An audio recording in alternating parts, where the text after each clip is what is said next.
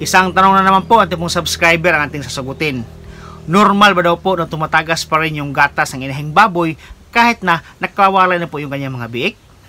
Sa pag-alaga po ng mga inahing baboy po mga kaibigan, dito po sa King Backyard Farm, akin pong nakasanayan na nasa 30 days o 1 month, ako po ay nagwawala na po ng mga biik po mga kaibigan. Ang aking pong pinapakain sa kanyang inahing baboy habang nagpapadili pa sa kanyang mga biik ay lactating feeds o kaya milk maker feeds. Yung dalawa po mga kaibigan ay magkapareho lang po yan pero magkaiba po sila ng brand. Sa hindi po alam yung lactating feeds at saka milk maker feeds, ito po yung feeds natin pong pinapakain sa mga inahing baboy na mayroon pong mga biik na pinapadili o pangpagatas na feeds po mga kaibigan. Kapag nakawala na po yung kanyang biik doon po sa ating mga inahing baboy, ganoon pa rin ating ipapakain. Lactating feeds o kaya milk maker feeds pa rin.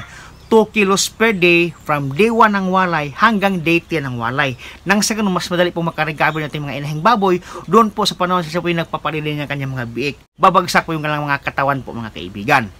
Sa tanong po natin subscriber na tumatagas pa daw po yung gatas sa kanyang inahing baboy kahit na nakawala po yung kanyang mga biik, ay normal ba po yan? Ang sagot ko po dyan ay normal lang po yan mga kaibigan.